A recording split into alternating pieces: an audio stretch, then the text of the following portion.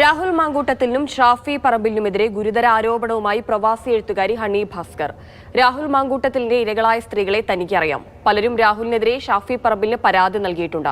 ഷാഫിക്ക് പരാതി നൽകിയ ഒരു വനിതാ കോൺഗ്രസുകാരി ഇക്കാര്യം തന്നോട് പറഞ്ഞിട്ടുണ്ട്. തന്നെക്കുറിച്ച് മറ്റുള്ളവരോട് രാഹുൽ മോശം പരാമർശം നടത്തിയിട്ടുമുണ്ട്.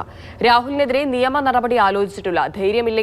ധൈര്യമുണ്ടെങ്കിൽ രാഹുൽ മാനനഷ്ട കേസ് നൽകട്ടെ എന്നും ഹണി ഭാസ്കർ പറയുന്നു. യുവ നേതാവിനെതിരായ യുവനടി റിനിയുടെ വെളിപ്പെടുത്തലിന് പിന്നാലെയാണ് ഹണിയുടെ ആരോപണം. അയാള് ജൂൺ 9 ഞാൻ ശ്രീലങ്കൻ യാത്ര നടത്തുന്ന സമയത്ത് എനിക്ക് ഇൻസ്റ്റയിൽ ഒരു മെസ്സേജ് അയച്ചിട്ടുണ്ടായിരുന്നു. അപ്പോൾ അത് എൻ്റെ ഫോട്ടോയ്ക്ക് ഒരു ഹാർട്ടിൻ്റെ ഇതിട്ടുകൊണ്ടാണ് മൂപ്പര് ഫസ്റ്റിൽ ചാറ്റ് തുടങ്ങിയത്. അപ്പം ശ്രീലങ്കയിൽ പോകാനുള്ള പ്ലാൻ ഉണ്ട്, അതിനെക്കുറിച്ച് അറിയണമെന്ന് പറഞ്ഞു. അപ്പോൾ ഞാനതെല്ലാം വിശദീകരിച്ചു.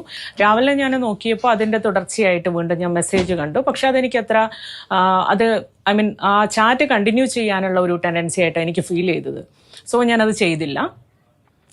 ഇന്നലെ യൂത്ത് കോൺഗ്രസിലെ ഒരു പ്രവർത്തക എൻ്റെ അടുത്ത് വന്നിട്ട് ഇയാള് ആ ചാറ്റ് എന്തുകൊണ്ടാണ് എന്നോട് ചെയ്യാനുണ്ടായ സാഹചര്യം എന്ന് പറഞ്ഞതാണ് എനിക്ക് ഈ വിഷയത്തിലെ പ്രശ്നം എന്ന് പറയുന്നത്. കാരണം പുള്ളി ആ ഹെൽത്തി ആയിട്ടുള്ള കോൺവെർസേഷനെ കുറിച്ചിട്ട് ഈ കോൺഗ്രസ്സുകാരുടെ ഇടയിൽ പോയിട്ട് പറഞ്ഞ കാര്യം എന്ന് പറഞ്ഞിട്ടുണ്ടെങ്കിൽ ഞാൻ അയാളോട് അങ്ങോട്ട് പോയി ചാറ്റ് ചെയ്തു എന്നും ഇതൊരു സ്ഥിരം ശീലമാണെന്നുള്ളതാണ്.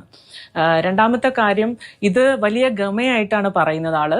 പുള്ളി അതിനെ കണക്കാക്കുന്നത് വിരുദ്ധ രാഷ്ട്രീയത്തിൽപ്പെട്ട ഒരു സ്ത്രീയോട് പോലും അവരെ പോലും വളയ്ക്കാനുള്ള കപ്പാസിറ്റി ഉള്ള ഒരാളായിട്ടാണ് പുള്ളി അതിനെ പ്രൊജക്റ്റ് ചെയ്യുന്നത്. എൻ്റെ സുഹൃത്തുക്കളിൽ പെട്ടവർക്ക് തന്നെ അനുഭവമുണ്ട്.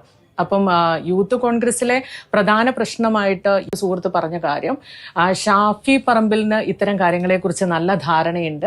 അയാളിലെത്തുന്ന പരാതികൾ എങ്ങോട്ടും എത്താറില്ല എന്നുള്ളതാണ്. ഷാഫിയുടെ പേര് ചേർക്കാതെ എഴുതരുത്.